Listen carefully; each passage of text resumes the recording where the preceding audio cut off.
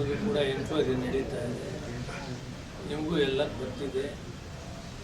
ಅವರು ಒಬ್ಬ ರಾಜಕೀಯದಲ್ಲಿ ಹಿರಿಯರೇ ಇದ್ದಾರೆ, ಆದರೆ ಭಾಷೆ ಮಾತಾಡಿರೋದು ಸಮಂಜಸವಲ್ಲ ಅಂತ ಅನ್ನಿಸ್ತದೆ.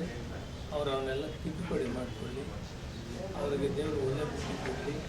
ರಾಜಕಾರಣದಲ್ಲಿ ಈ ರೀತಿ ವಾತಾವರಣ ಸೃಷ್ಟಿ ಆಗಬಾರ್ದಾಗಿತ್ತು, ಆದರೂ ಅವರಿಗೆ ಒಂದು ಒಳ್ಳೆಯ ಬುದ್ಧಿಯನ್ನು ಕೊಡಲಿ. ಕಾನೂನು ತೀರ್ಮಾನ ತೆಗೆದುಕೊಳ್ಳಿ. ಸರ್, ಸಿಎಂ ಬದಲಾವಣೆ ಬಗ್ಗೆ ಚರ್ಚೆ ನಡೀತಾ ಇದೆ. ನೀವೇನಾದರೂ ರೇಸಲ್ಲಿ ಇದ್ದೀರಾ ಸರ್? ಇಲ್ಲ, ಸಿಎಂ ಬದಲಾವಣೆನೇ ಇಲ್ಲ, ರೇಸಲ್ಲಿ ಬಂದಿಲ್ಲ. ಇಲ್ಲ ಸರ್, ನೀವು ಒಬ್ಬರು ಆಕಾಂಕ್ಷಿ ಅವರೇ ಮುಂದುವರಿತಾರೆ. ಅಕಸ್ಮಾತ್ ಅವ್ರು ಇಲ್ಲದ್ರೆ ನೀವು ಅಕಸ್ಮಾತ್ ಅವಕಾಶ ಅವರೇ ಮುಂದುವರಿತಾರೆ. ಬದಲಾವಣೆ ಮಾಡಿ ಯಾರಿಗಾರು ಕೊಡಬೇಕು ಬೇರೆಯವರು ಅಂತ ಹೇಳಿದಾಗ ನಿಮಗೇನಾದ್ರು ಆಸಕ್ತಿ ಇದೆಯಾ? ಹೈಕಮಾಂಡ್ ಅಂಥದ್ದೇನು ತೀರ್ಮಾನ ತೆಗೆದುಕೊಂಡಿಲ್ಲ. ಇತ್ತೀಚೆಗೆ ಅಧ್ಯಕ್ಷರು ಮತ್ತು ಮುಖ್ಯಮಂತ್ರಿಗಳಿಬ್ಬರು ಹೋದಾಗ ಡೆಪ್ಟಿ ಚೀಫ್ ಮಿನಿಸ್ಟರ್ ಅವರು ನೀವೇನೇ ಕಷ್ಟ ಸುಖ ಬರಲಿ ನಾವಿದ್ದೀವಿ, ನೀವು ಮುಂದುವರಿರಿ ಅಂತ ಒಂದು ತೀರ್ಮಾನ ಕೊಟ್ಟಿದ್ದಾರೆ. ಅದರ ಮಧ್ಯದಲ್ಲಿ ನಾವು ಬೇರೆ ಹೇಳೋದು ಕೋರ್ಟ್ ತೀರ್ಮಾನಕ್ಕೆ ನಾವೆಲ್ಲ ತಲೆಬಾಗೋಣ. ಅದೇ ಕೋರ್ಟ್ಗೆ ಮಾಹಿತಿ ಏನಿದೆ ಏನೋ ಗೊತ್ತಿಲ್ಲ. ಕೋರ್ಟ್ ತೀರ್ಮಾನಕ್ಕೆ ಬದಲು ನಾವು ಅದರ ಬಗ್ಗೆ ಮಾತಾಡೋದು ಬೇಡ.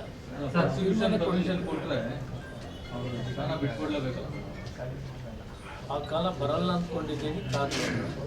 ಅಲ್ಲ ಸರ್, ಈಗ ದಲಿತ ಸಿಎಂ ಆಗಬೇಕು ಅನ್ನೋದು ಒಂದು ಇದೆ ಸರ್. ಜಾರಕಿಹೊಳಿ ಆಗ್ಬೋದು, ಅಲ್ಲಿಂದ ಇದೆ. ಅದಕ್ಕೇನು ಸಮಯ ಕೂಡಿ ಬರಲಿಲ್ಲ ಅಂತ ಅನಿಸ್ತದೆ. ಆದರೆ ಐಕ್ಯತಾ ಸಮಾವೇಶವನ್ನು ಮಾಡೋದ್ರ ಮುಖಾಂತರ ಚಿತ್ರದುರ್ಗದಲ್ಲಿ ನಾವೆಲ್ಲ ಜಾರಕಿಹೊಳಿ ಆಗಲಿ, ಪರಮೇಶ್ವರ್ ಆಗಲಿ, ಆಮೇಲಿಂದ ದೇವಪ್ಪನವರಾಗಲಿ, ನಾನಾಗಲಿ, ಆಂಜನೇಯ ಆಗಲಿ ಮತ್ತು ಎಲ್ಲ ಸಮುದಾಯದ ಪರಮೇಶ್ವರ ನಾಯಕ, ಶಿವರಾಜ್ ತಂಗಡಿ ಎಲ್ಲ ಒಟ್ಟಿಗೆ ಸೇರಿ ನಾವು SC/ST ಒಟ್ಟಿಗೆ ಒಂದು ಮಾಡಿದ್ದ ಮುಖಾಂತರ ಒಂದು ಸಂದೇಶ, ಸಂವಿಧಾನವನ್ನು ರಕ್ಷಣೆ ಮಾಡಬೇಕು, ಪ್ರಜಾಪ್ರಭುತ್ವವನ್ನು ಉಳಿಸಬೇಕು. ಆ ದಿಸೆಯಲ್ಲಿ ಬಹಳಷ್ಟು ಜನ, ವಿಶೇಷವಾಗಿ ಅಲ್ಪಸಂಖ್ಯಾತರು 100% ನಮ್ಮ ಜೊತೆಯಲ್ಲಿದ್ದಾರೆ. SC/ST ಕೂಡ ಬಹಳಷ್ಟು ಜನ ಬಹುಮತ ನಮಗೆ ಅವರು ಕೊಟ್ಟಿದ್ದರಿಂದ ನಾವು 136 ಸೀಟ್ ಬರಲಿಕ್ಕೆ ಆಯಿತು. ಆ ವಿಷಯಕ್ಕೆ ಸಂಬಂಧಪಟ್ಟಂಗೆ ಸಂದರ್ಭ ಬಂದಂಗೆ ಮಾತಾಡ್ತೀನಿ. ಸೀನಿಯರ್ಸ್ ಖರ್ಗೆ ಇದ್ದೀನಿ, ನಾನಿದ್ದೀನಿ, ಅದರ ಮೇಲೆ ಸಾಕಷ್ಟು ಜನ ಇದ್ದಾರೆ. ಆದರೆ ಸಬ್ಜೆಕ್ಟ್ ಈಗ ಮುಂದೆ ಇಲ್ಲ. ಮುಂದೆ ಮುಖ್ಯಮಂತ್ರಿ ಉಳಿಸ್ಕೋಬೇಕು, ಸರ್ಕಾರ ಉಳಿಸ್ಕೋಬೇಕು, ಗ್ಯಾರಂಟಿ ಕಾರ್ಯಕ್ರಮಗಳನ್ನು ಸಂಪೂರ್ಣವಾಗಿ 5 ವರ್ಷ ನಡೆಸಬೇಕು ಮತ್ತು ಅಭಿವೃದ್ಧಿ ಕೆಲಸಗಳನ್ನು ಮಾಡಬೇಕು ಅನ್ನೋದೊಂದೇ ನಮ್ಮ ಧ್ಯೇಯ ಇದೆ.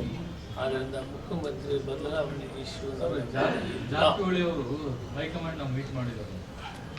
ಹೈಕಮಾಂಡ್ ನಾನು ಮೀಟ್ ಮಾಡ್ತೀನಿ, ಅವರು ಮೀಟ್ ಮಾಡ್ತಾರೆ, ಪರಮೇಶ್ವರ್ ಮೀಟ್ ಮಾಡ್ತಾರೆ, ಅದೆಲ್ಲ ಇದ್ದೇ ಇರ್ತದೆ. ಸಂದರ್ಭಾನುಸಾರ ಅವರು ಕೂಡ ಏನಾದರೂ ವಿಷಯ ಇದ್ದರೆ ಕಳಿಸ್ತಾರೆ, ಮಾತಾಡ್ತಾರೆ.